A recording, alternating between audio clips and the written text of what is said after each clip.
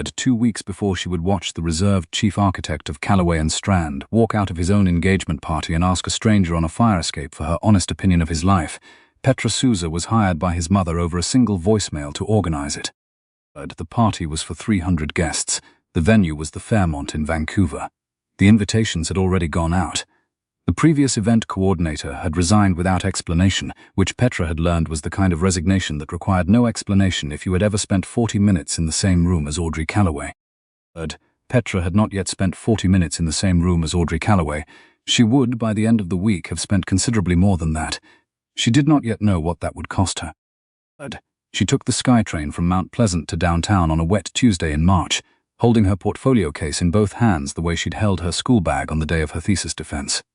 The case contained fabric samples, a tablet, 2 notebooks, 3 shades of ivory ribbon, and a photograph of her parents' kitchen in Brampton that she kept because the light in it was the exact quality of warm she was always trying to reproduce in rooms that cost more money than her parents had ever been in. The Fairmont concierge directed her to the mezzanine level, where a young man in a pale blue suit met her with the pressed efficiency of someone who had been trained to make people feel slightly underdressed. "Mrs. Sousa," he said, "Mrs. Callaway is waiting. Mr. Callaway is in a site meeting and will join at past. Ms. Voss sends her apologies." Petra understood from the order of that sentence a great deal about the dynamics she was walking into. She understood that the mother was the engine. She understood that the fiancé was managed by schedule. She understood that Ms. Voss, the fiancée, she assumed, sent her apologies the way certain people sent weather. "Thank you," Petra said, because her mother had raised her to thank everyone, including people who were using politeness as a form of territory. Audrey Callaway was already seated at the head of the long table in the private planning room, with a yellow legal pad, a cup of black coffee, and an expression that suggested she had been waiting since last Thursday. She was perhaps 65. Her hair was silver and deliberately so. She wore a jacket the color of slate and earrings that Petra recognized as the kind of understated expensive that required an entire generation of money to pull off. "Mrs. Sousa," Audrey said. She did not stand sit. Petra sat. "I will not pretend," Audrey said, "that this is a standard situation. You were recommended by a colleague of mine whose daughter's wedding you planned in Whistler 2 years ago. The colleague is not someone who recommends easily. I take that seriously. I appreciate it. You are here because my son's engagement party is in 2 weeks and the woman I originally retained has developed apparently a scheduling conflict." The pause that followed the word conflict contained an entire editorial. "The party is for 300. It is at this venue. The flowers have been confirmed. The catering is managed. What is not managed is the atmosphere." The atmosphere. "My son does not like parties." Audrey set her pen down with precision. "He attends them, he is gracious at them. He thanks people for coming and he shakes the right hands and he refills his own drink exactly twice and leaves when it is appropriate to leave. But he does not like them. He never has. His father was the same." She looked at the legal pad. "The party as it currently stands will feel like a board presentation. I need it to feel like a reason to celebrate." "What would celebrate look like to your son, Mrs. Callaway?" Audrey looked up. It was a slow look, the kind that reassesses. "What an interesting question," she said finally. "What an interesting young woman to ask it." She did not answer it, but she wrote something on the legal pad. The young man in the pale blue suit brought Petra a coffee she had not asked for. She wrapped her hands around it. The mezzanine was glass on 2 sides, and the rain was coming off the harbour in long, patient sheets, and the mountains across the water were gone entirely into cloud. When Callaway arrived at 1/2 the hour, Petra was in the middle of a sentence about lighting design, and she finished the sentence before she turned. He was taller than his photographs.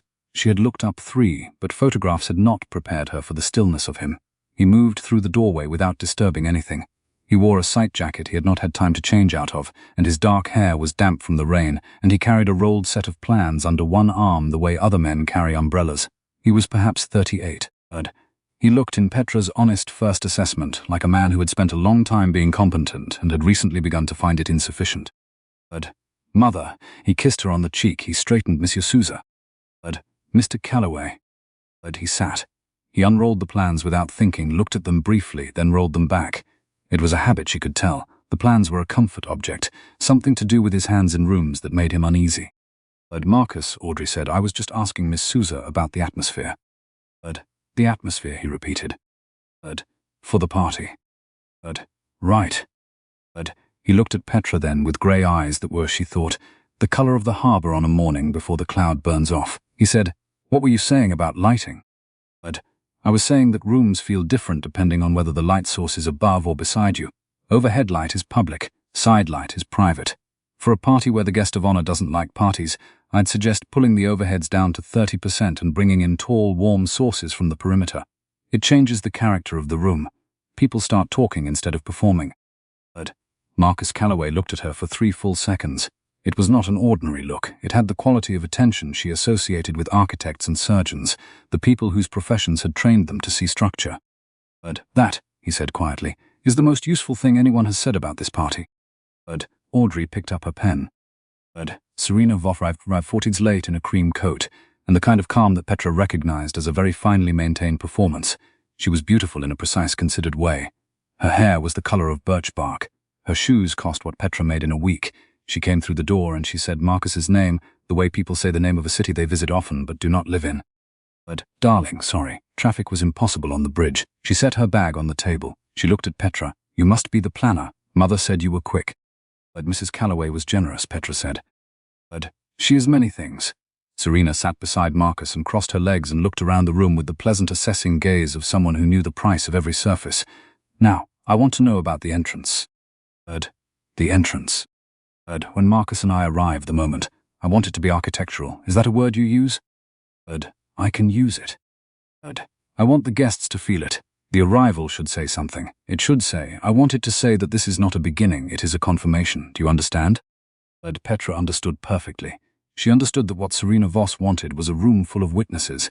She understood that what Serena wanted had very little to do with Marcus. She glanced very briefly at Marcus. He was looking at the rolled plans. Everything you're describing, Petra said, is achievable. Good. Serena opened her phone. May I ask you something? Of course. When you plan these things, parties, weddings, events, do you find that the couple always agrees on what they want, or is it usually one person who knows? Petra set her pen down carefully. Usually it is one person who speaks first, the other person refines. Serena smiled. It was a pretty brief smile. Marcus never speaks first about anything social. That's fine, I speak first. He refines. She looked at him fondly, the way one looks at a reliable piece of furniture. It works. Marcus, to his credit, did not confirm or deny this. He looked out the window at the rain.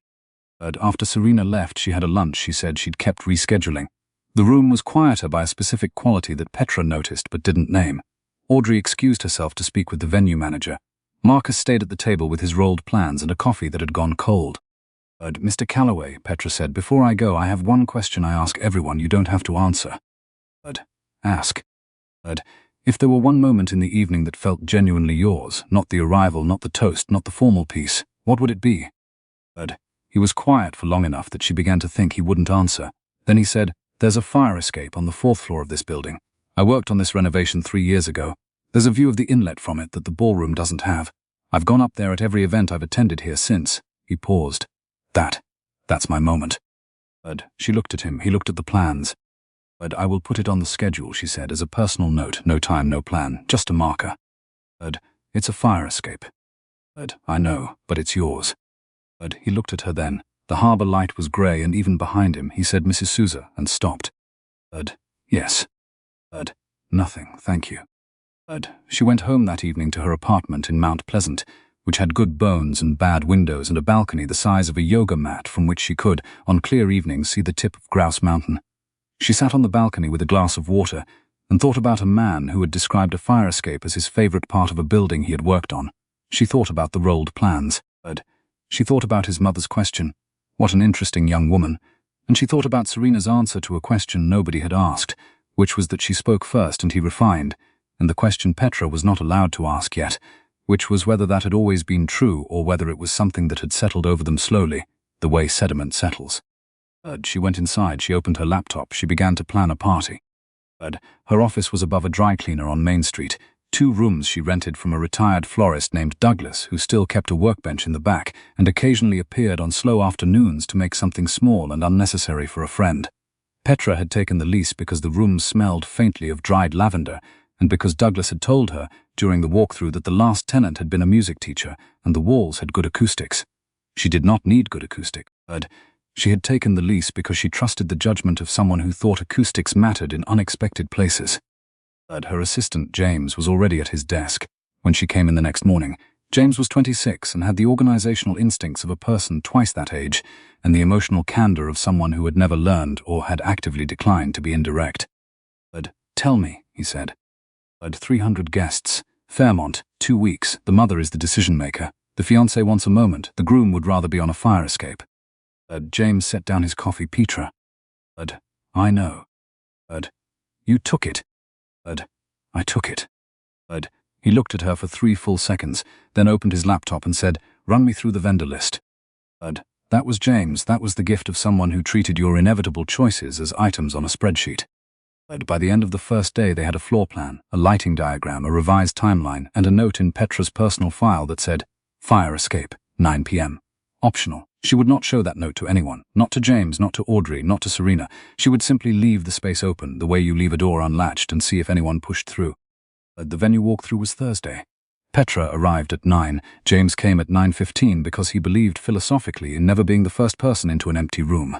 Marcus Calloway was already there. He was standing at the far window of the ballroom in a grey sweater, hands in his pockets, looking at the room the way people look at things they designed before they understood what would be put in them. He had no coffee. He had no phone out. He was simply looking. Mr. Calloway. Monsieur Sousa. He turned. My mother sends her apologies. Something with the florist. Of course. And Serena is in Toronto until Friday. We can work with what we have. They walked the room. Petra walked it with her eyes and her notepad. James walked it with a measuring tape and his phone. Marcus walked it with his hands in his pockets and a kind of attentiveness that she found after 20 minutes useful. He noticed things. He noticed that the sightlines from the east tables were broken by a structural column that had been added in the renovation, and that it could be addressed with mirrors. He noticed that the acoustic ceiling tiles were wrong for the frequency of a string quartet, and said so, quietly to himself rather than to her. He noticed when they reached the perimeter that the lighting tracks were placed for overhead coverage and not for warmth. You were right about the light, he said. It's fixable. We'd bring in floor sources, tall, warm, angled in. What's your thinking on color temperature? She looked at him. 2700 Kelvin, warm white, not amber, not cool, the color of late afternoon in October. He was quiet for a moment. Then he said, "That is exactly the color I used for the atrium on a project in Gastown 3 years ago. I spent 2 weeks arguing for it with the client." Did you win? The client was a developer. A pause that was not quite a smile. No. James appeared at her elbow. Petra Caterers. She went. She spent 40 minutes with the catering manager and the venue coordinator. When she came back, Marcus was standing at the far end of the room near the floor-to-ceiling window that looked out over the inlet. He was looking at the water. The clouds had broken and the North Shore Mountains were out for the first time all week, sharp and white above the tree line. How many events have you planned? He asked without turning, where the people involved were genuinely happy. It was, she thought, a strange question. It was also the most genuine thing she had been asked in a professional context in months. I've done 94 events, she said. I keep in touch with about 60 of the couples. Most of them are still together. Some of them are happy the way you are when you've chosen something good. Some of them are happy the way you are when you've chosen something and made peace with it. What's the difference? She considered. The ones who chose something good still laugh at things together that no one else in the room understands. He was quiet for a long time. The mountains were very white across the water. Monsieur Sousa, he said, are you telling me something? I'm answering what you asked. Are you? She picked up her notebook. If you'd like to ask a different question, you may. He turned then and looked at her with the harbour behind him and the mountains and the October-coloured light they hadn't yet put in the room, and he said, 6:30. Sorry? That's when the light will be on the inlet. If you're planning the arrival for 6:15, the room will have 15 minutes of the best light before anyone's inside it. She wrote it down. Thank you. He looked at the room for another moment. Then he said, I'll see you tomorrow. And he left, and she stood in the ballroom with James and the caterers and the wrong ceiling tiles and thought about a man who knew where the light would be 15 minutes before anyone arrived to see it. On the drive back, James turned the radio off after 20 minutes and said without preamble, Petra, don't. James. One sentence. He looks at you the way people look at buildings when they're trying to understand what the architect actually intended. That's not professional interest. That's a different kind of looking entirely. I'm not telling you what to do with it. I'm telling you I see it, and I would be a lesser colleague if I said nothing. He is engaged. I know. To someone who sends her apologies from Toronto. I know that too. She watched the rain come back over the bridge, erasing the mountains again. She thought about the fire escape note in her personal file. She thought about the word optional. She thought about his voice when he'd said, "That is exactly the color I used in Gastown 3 years ago," as though he'd been keeping a small private record of things no one else had cared about. She did not tell James about the fire escape, but that night she opened the file and she stared at the note for a long time, and she did not delete it, and she did not add to it, and eventually she made herself a cup of chamomile and put on the radio and sat at her kitchen table listening to a program about migratory birds that she had no particular interest in, because she could not bear that night the possibility of thinking about the next thing. The week before the party moved the way event weeks move in 12 directions at once, at a speed that made sleeping feel like a logistical problem rather than a biological necessity. Petra kept a canvas tote on the back of her office chair. It contained a toothbrush, a rain jacket, 2 pens, a granola bar, a roll of gaffer tape, a small sewing kit, and the complete contact list of every vendor within driving distance of downtown Vancouver. She had owned 3 such totes. The first 2 had retired with worn handles. This one would go the same way eventually, and she would thank it as you thank something that has carried you. There was a moment on the Tuesday before the party that she would remember longer than most things that week.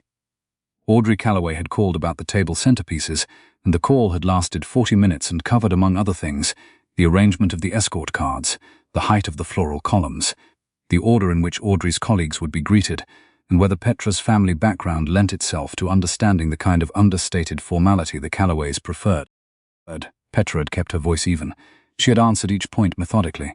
When Audrey said her family background, Petra had said, "My parents are from Brampton, Mrs. Calloway. My father was an electrician. My mother ran a cleaning service. I learned what I know about precision from both of them." The line had gone quiet. Then Audrey said, "I see." Another silence. "The escort cards, east wall or south wall?" "South. The guests will come from the south entrance and the eye moves left. South wall puts the cards in the natural sight line." "Yes," Audrey said after a moment. "South then." That evening a message came through the venue's coordination email from Marcus Calloway's personal address. It was very short. It said, "Miss Sousa, I believe my mother spoke with you this afternoon. I'm sorry if she was difficult. I should have been on that call, MC." She put the email in a folder she had labeled simply VC for Venue Calloway. She put it there the way you put something in a drawer when you're not sure yet what shelf it belongs on. The night of the party arrived the way Vancouver evenings arrive in early spring, with rain that quit just before it mattered, leaving the streets clean and the harbour lights doubled on the water. Petra was at the Fairmont by 4, James by 4:15, and by 6 o'clock the room was what she'd planned. Warm, breathing, lit from the sides at 2700 Kelvin, with the inlet visible through the full-length windows and the mountains dark against a sky going violet. She stood at the back of the room in a black dress and low heels, with a tablet and James at her shoulder. The guests were arriving in steady pairs through the lobby. The string quartet was playing something she'd chosen for its tempo, unhurried but present like a conversation at the right distance. At 6:20 Marcus and Serena arrived. Serena came through the door the way she'd described wanting to come through it, which was with intention and a cream coat that caught the light. Marcus came through beside her. He was in a dark suit. He looked, Petra thought, from across the room, like a man who had dressed with care for a place he did not fully want to be, and had done so with a kind of graceful acceptance that cost more than the suit. The room responded. It responded in the way warm rooms respond to the arrival of the people they've been arranged to receive. The guests turned. There were smiles, the movement toward them, the lift of glasses. Serena moved into it easily. Marcus followed 1/2 step behind. By 8 o'clock Petra was working the perimeter. She adjusted a lighting source that had drifted warm. She spoke quietly to the catering captain about the timing of the third past course. She watched, without meaning to, the way Marcus moved through his own party, stopping when stopped, answering when asked, refilling his drink exactly once, touching Serena's elbow once when she was pulled into a photograph, and then drifting, gently and without announcement, to the edge of the room. At 8:47 she was near the east window when she noticed he was gone. James said in her earpiece, "He went up." She knew without asking where up was. She was not going to go. She had decided that 2 days ago, standing in this same room with a measuring tape and no good reason to go up 4 flights to a fire escape, she had her notes and her tablet and her personal file with its small unmarked notation, and none of those were reasons to go anywhere except to the next item on the timeline. She went anyway. The fire escape on the 4th floor was a metal landing off a maintenance corridor, accessible through a door that should have required a key and didn't because Marcus, she suspected, had quietly insured it. The rain had stopped. The landing was damp. The view was exactly as he'd described. The inlet, the North Shore lights, the dark ridge of the mountains, and above them a sky that had cleared to something close to black with one cold band of green that might have been the aurora or might have been the particular way Vancouver's reflected light played on low cloud. He was standing at the railing with his jacket on and a glass he'd apparently carried up from the party. He did not look surprised to see her. "Mrs. Sousa," he said. "Mr. Calloway. You put it on the schedule." "I did." "I didn't think you'd come." "I didn't plan to." He looked at the water. She stood beside the door and looked at it too. Below them, muffled through the building, she could hear the quartet and the low current of 300 people, making the kind of conversation parties are designed for. "It looks different from here," he said. "Most things do from outside." He was quiet then. "I want to ask you something. It isn't appropriate. You don't have to stay." She did not leave. "If I were to do something that disrupted this evening, significantly disrupted it, would you think less of me professionally, personally, or both?" She felt the question arrive, and she felt the dark behind it and the water below and the specific quality of his stillness, which was not peace but the thing that precedes a decision. "Marcus," she said, and it was the first time she'd used his given name, and they both understood what it signified. "I won't think less of you for choosing something true. I will think less of you if you choose it at the wrong time for the wrong reasons." He looked at her. His face in the ambient light from the city was careful, unhurried, the face of someone who had been making structural calculations for 20 years and had just realized the load-bearing wall was in a different place than the drawings showed. "What's the right time?" he said. "I don't know, but not in front of 300 people you owe a party to." He looked back at the water for a moment, then he said, "You're right. I usually am about timing. It's the only part of this job I am reliably right about." The corner of his mouth moved. "Good night, Miss Sousa." "Good night. Your mother is about to give the toast. You have 4 minutes." He looked at her one more time. Then he went back inside. She stayed on the landing for another 90 seconds, long enough to hear the quiet return to the city noise from below, and she looked at the mountains and the band of possible aurora, and she thought, "I have not said anything I will regret," she thought. "I have not done anything I will need to undo." Then she thought, very quietly, in the part of herself she kept behind all the professional machinery, "I also have not done anything I will be proud of, yet." But that was a thought for after the party. That was a thought for a train home and a balcony and the tip of Grouse Mountain. She went back inside. The toast was Audrey's, and it was short, and it contained the word longevity 4 times and the word love once in passing. The guests applauded. Serena raised her glass and looked radiant. Marcus raised his and looked like himself, present, considered, somewhere just behind his own expression. At 11, the last guests filtered out. The staff began the quiet work of undoing a room. Petra and James sat on a bench in the lobby, and James took off his shoes and said nothing for 3 minutes, which was his way of being tired. "Petra," he said eventually. "Don't." "I wasn't going to say anything." "You were." "I was going to say you did the room beautifully. The light was perfect." She looked at him. He met her eyes with complete innocence. "Thank you, James," she said. "That's all I was going to say." She put on her coat. They walked out into the night, and the street was wet and bright, and she called a car, and James walked to the SkyTrain, and she stood on the curb alone for a moment with her hands in her pockets, looking at the harbour where the lights were still doubled on the water, patient and ordinary, and exactly the same as they'd been 3 hours ago, when none of this had felt like anything at all. She was wrong about that, but she didn't know it yet. It was 3 days before Marcus called, not a message through the venue, not an email, a phone call to her office line at 10 in the morning, which she answered because she always answered the office line. "Mrs. Sousa," he said. "Mr. Calloway. I owe you an update." She sat down at her desk. Through the floor, Douglas was doing something with a glue gun that smelled of hot linen. "Serena and I have ended the engagement," he said. He said it the way he might say a structural element had been removed from a design, plainly without apology, but with a full awareness of what was now load-bearing in its absence. "We did it 2 days ago. I wanted to let you know because you worked hard on the party and I didn't want you to hear it elsewhere first." "Thank you for telling me." "She is Serena as well. She was, if anything, ahead of me. I have come to understand that she had known for some time. She is more resilient than I gave her credit for. She is also, I think, relieved." Petra thought of Serena raising her glass at the toast. She thought of the way Serena had said he refines, as though it were a compliment and a concession at the same time. "I'm glad she's well," Petra said, and she meant it. There is a second thing, Marcus said. She waited. On the fire escape I said something. You did. I want to be clear about what I meant. I wasn't asking you to receive a declaration. I was asking whether I had permission to be someone who makes honest decisions. You said I did. That mattered to me more than you might think. I understand. What I want to ask now, he said, is separate, and it is a question, not a declaration. I want to ask it now because I don't want you to think it comes out of the wreckage of what I just told you. It doesn't. It's been a question longer than the party, longer than the planning. She picked up her pen. She did not write anything. She held it the way he held the rolled plans. There is a building in Strathcona I've been working on for 2 years, he said. It's almost done. I'd like, if you're willing, to show it to you on Saturday.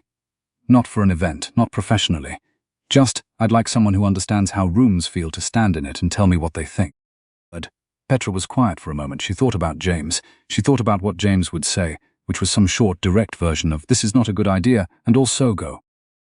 She thought about the fire escape and the Arctic band over the mountains. She thought about 2700 Kelvin and the color of late afternoon in October, and the fact that someone had once fought for that temperature and lost.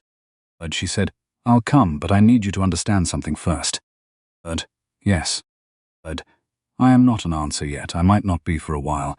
If you want someone to tell you the building is good, I'll come Saturday and tell you that, and that will be what Saturday is. If you want more than that, you'll have to be patient with me the same way you are with a structure that isn't finished. He was quiet for a moment, then he said, I've been waiting for this building for 2 years, I understand slow. Saturday, she said. Saturday. The building in Strathcona was a converted warehouse on an industrial block near Prior Street, 4 stories of Douglas fir and reclaimed brick that Marcus had been quietly working on while the city did louder things around it. She arrived at 2 in the afternoon. He was already there in work clothes with a thermos and 2 cups. She stood in the main atrium on the ground floor, and she looked up through 3 floors of open plan to a skylight that framed a patch of March sky, pale and even and without drama.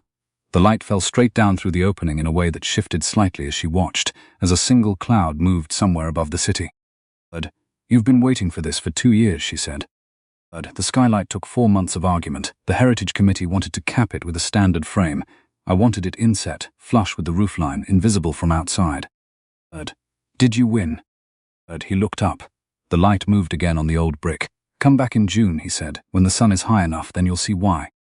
She walked the building the way she walked venues, with her eyes and her own particular attention. He walked it beside her and told her things in the way people tell you things about the places they have made, carefully, and with the slight vulnerability of someone who has put something of themselves into a material object, and is not certain the object is adequate to hold it.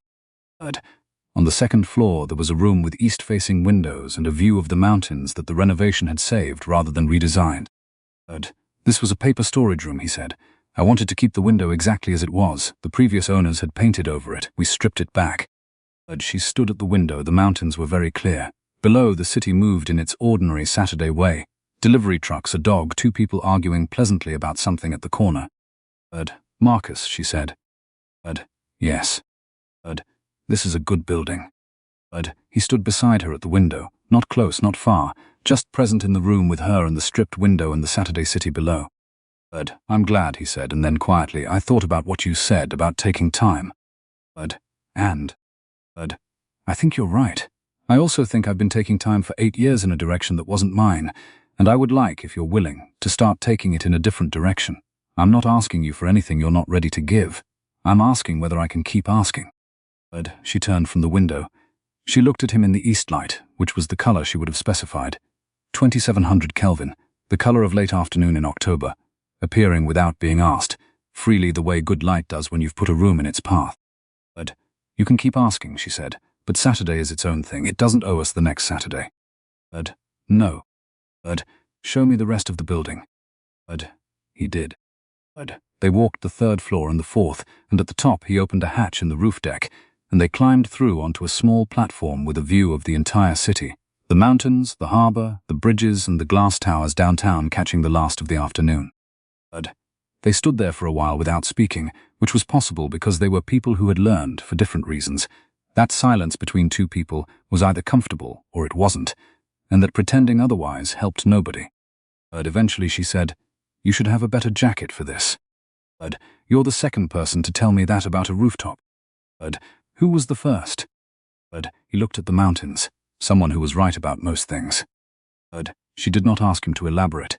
She understood that she was in some sense the continuation of a sentence he had begun telling himself before he had words for it, and that the sentence was not finished, and that was fine. Unfinished sentences were not failures. They were just buildings still going up. Ed, James said 4 months later when things had quietly arranged themselves. I want the record to show I said nothing useful at any point. Petra said, you said don't about 6 times, James said. Yes, but I never defined what I meant by don't. That's not the same as advice. He brought her coffee. He did not say anything else. That was James. Audrey Calloway came to dinner at Petra's apartment in August. She brought wine and a book on residential architecture that Petra had not known she wanted, and which turned out to be exactly the kind of book she would read twice. She sat at Petra's small kitchen table, and she looked at the Brampton photograph on the refrigerator. Her parents' kitchen, the warm light, and she said nothing about it for a while. Then she said, your mother had good instincts about light. But Petra said she still does. But Audrey looked at her hands. Then she said, he is better than I have seen him in a long time. But Petra said, I know. But that is not a simple thing to have done. But I didn't do it, he did it. But Audrey looked up. Something in her face shifted slightly, the way a structure settles when the foundation has been correctly placed. Yes, she said, he did. But she stayed for 2 hours. When she left, she did not embrace Petra, but she paused at the door and she said, Miss Sousa, I believe I may have been imprecise when we first met about what I needed from a planner. She looked at the hallway. I needed someone who would not disappear under the weight of my family. But I don't disappear easily, Petra said. But no, Audrey considered her. You do not.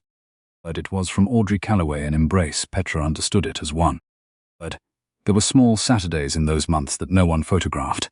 There was a morning in September when Marcus brought her to a hardware store in Kitsilano because he had decided to repair a window latch in his apartment himself and wanted her opinion on the weight of the handle. But there was an afternoon in October, the real October, the one with that exact quality of light, when they drove up to Squamish and walked a trail above the river, and she told him about her father teaching her to read electrical drawings at age 9, which he had done because he believed that understanding systems made you unafraid of them.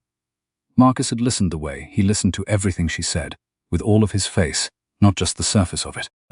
He said that his own father had taught him something similar with buildings, that every building was a set of decisions made by people who were trying to solve a problem they could only partly see, that the beauty of it was in the solving, not in pretending the problem wasn't there. But she had thought, yes, that is exactly right. She had not said it aloud, she had held it instead, the way you hold a thought that you know you will have access to for the rest of your life. But James met Marcus on a Sunday in November and sent Petra a text that said 4 words. He didn't look away. She understood this as the highest possible endorsement and sent back a single thumbs up, and James replied with a shrug emoji that contained she knew his entire heart. But on a Saturday in December on the roof of the Strathcona building, which had been completed in October and was, the architecture journals said, one of the finest adaptive reuse projects in the city's recent history, Marcus asked her a question. He did not kneel. He did not produce a ring box immediately, though there was one, eventually, in his jacket pocket, a simple thing in gold. But he said, Petra, I have been slow and I have been careful and I have tried to take each Saturday on its own terms the way you asked me to. I am asking now because I have run out of patience with myself, not with you. I want the rest of the Saturdays, all of them, not as a declaration, as a question, the way everything between us has been a question, and I have been glad of that and I would be glad of more. But she looked at him in the December light, which was the grey, clear light of Vancouver, after the rain has gone, and before the cloud returns. She thought of a fire escape and a building and a window stripped back to what it had always been. She thought about a notation in a personal file that had said optional and that had not in the end remained optional. But she said, yes. And then she said, next summer here on this roof, your sister, my parents, James. And he said, James will cry. And she said, James will say he didn't cry and send everyone a very short text about it. And he laughed. He laughed the way she had been hearing him learn to laugh since March. Unguarded, briefly surprised by itself, like light through a skylight when the cloud moves and you've been waiting, without knowing you were waiting, for exactly that. But they stood on the roof of the building he had made from patience and argument and 2 years of quiet work, and below them the city was doing what cities do on December Saturdays, and the mountains were sharp and white across the water, and the harbour was the colour of pewter going silver. And she felt, in the particular way she had learned to let herself feel things in the past year, that she was standing inside something that had been built correctly from the foundation up. But Many years later, when a young event planner she had taken on as a junior coordinator asked her whether she had ever planned an event she would not forget, she did not tell the story of the Fairmont or the fire escape or the man at the party who had gone looking for the one room that was not performing. She told a different story. She told the story of a notation in a personal file, no time, no name, just a single word, optional, that she had carried through a 2-week contract and had almost not used. She told the junior coordinator that in every event she planned she should leave one unscheduled hour, no vendor, no timeline, no instruction, call it personal. Offer it quietly to the people the event is for, and do not tell them what to do with it. Most of them, Petra said, will not use it, but some will, and the one who uses it will sometimes find in that single unmarked hour the exact shape of the life they were trying to build toward. The junior coordinator asked gently whether Petra had ever used such an hour herself. Petra smiled.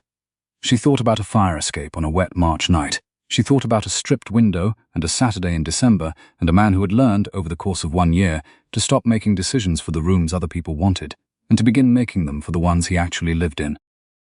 She thought about a roof in the December light and the word yes and the particular quality of a laugh that has just discovered it was allowed. Yes, she said once. It turned out to be the most important hour I ever left blank. I think about Petra on that fire escape a lot. Not the dramatic version of it. Not the city lights and the mountains and the man standing at the railing with a glass he'd carried up 4 flights. I think about the smaller thing that happened just before she opened that door. The moment when she decided, with full knowledge of what it might cost her professionally and personally, to go up anyway.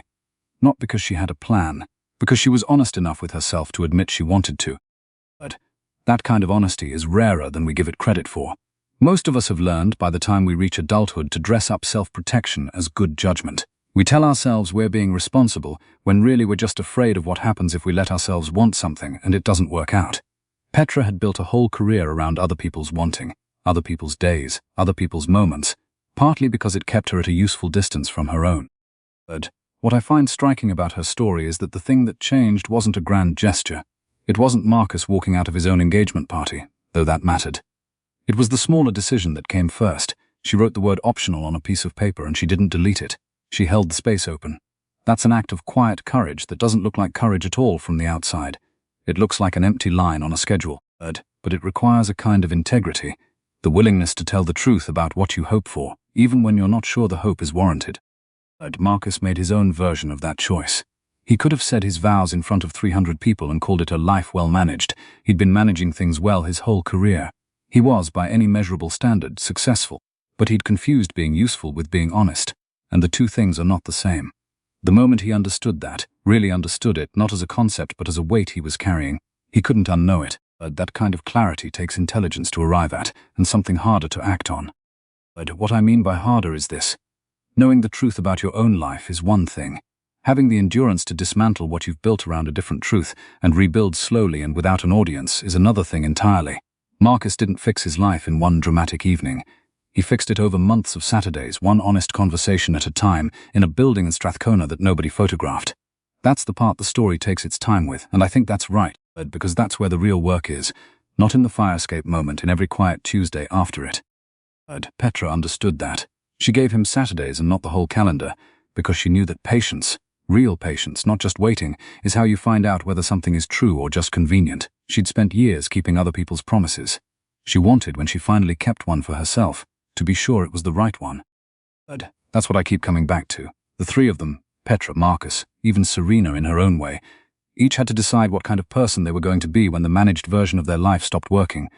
The ones who answered that question with honesty and had the steadiness to follow it through ended up somewhere better. Not easier, better. That distinction matters more than I used to think it did.